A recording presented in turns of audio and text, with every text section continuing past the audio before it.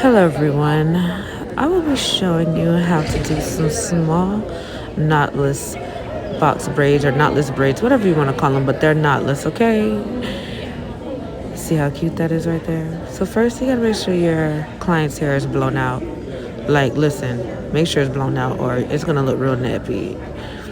So what I try to do is part the back of the head first. I start at the top of the ear.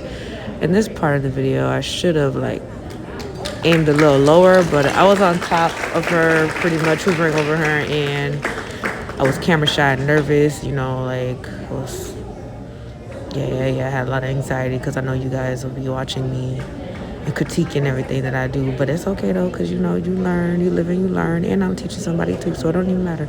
But yeah, so you slide that comb down the hair like that. I like to apply gel when I am parting the hair, make it easier and smoother.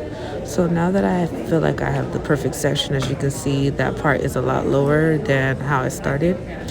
But yeah, after I part the section, I put a nice big braid to hold that together while I go and get ready to part the other section. So that bad boy.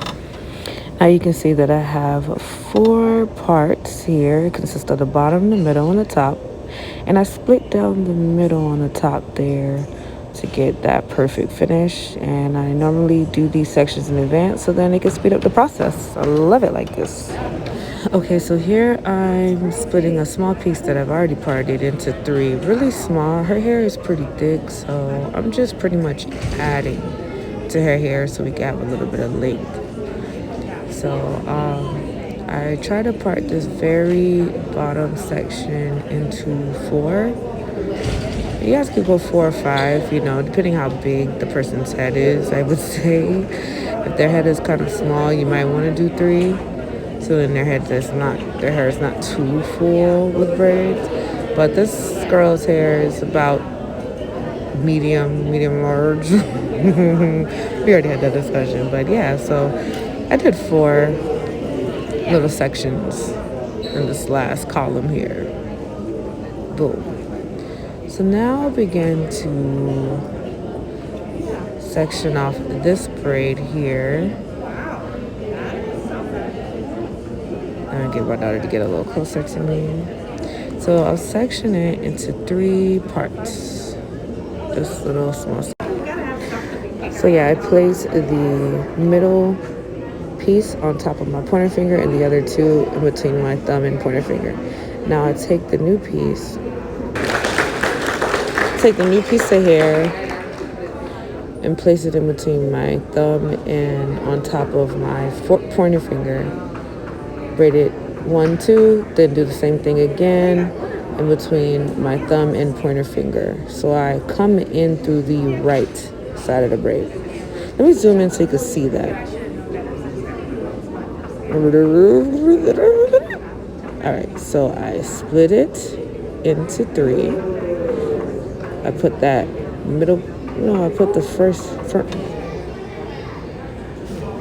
put that middle piece on top of my pointer finger, then I get the new piece of hair, place it between my thumb and my pointer finger. Go 1, 2, do the same thing again, get that weave in between the thumb and the on top of the pointer finger, then roll it.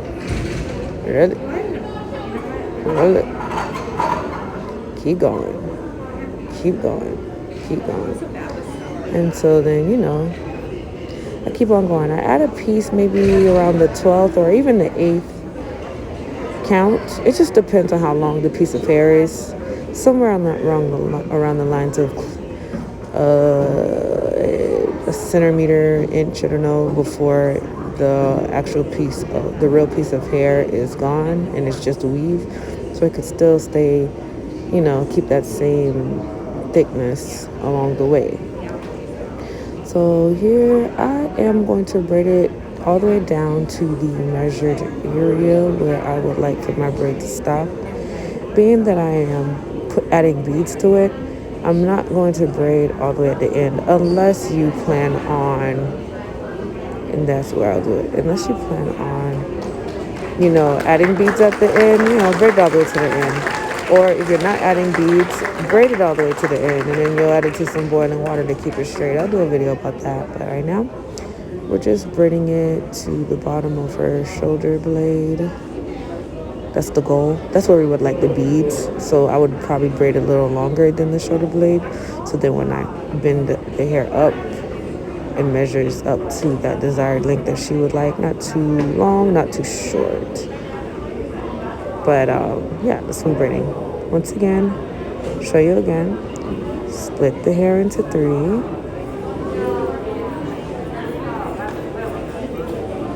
Add a piece of weave in between your pointer finger and your thumb. Do it once more. Boom, boom. Do that thing. Keep it going. Keep it going. I'm actually going to zoom in for you so that you can see how this braid looks. Oh, so lovely. I did add a little bit extra product, but for me, I don't like having a little rash on my finger braiding. I don't know, my skin's kind of sensitive, so I like to add that gel. This gel has a bit of oil, so it may look a little greasy, but it's actually something that nourishes the hair at the same time as holding it. I'll write the name of this gel down in the description box below. But yeah, so just braiding, you know, very therapeutical. I love it. I love it. This hairstyle actually took me about 9 hours. I mean, her hair was really thick. I'm not gonna say her head was big, but her hair was really thick. So whenever you have clients, you should consider the thickness of the hair when you're talking about pricing, because that does add to the time. Now, looky, how cute that is. Look at the roots.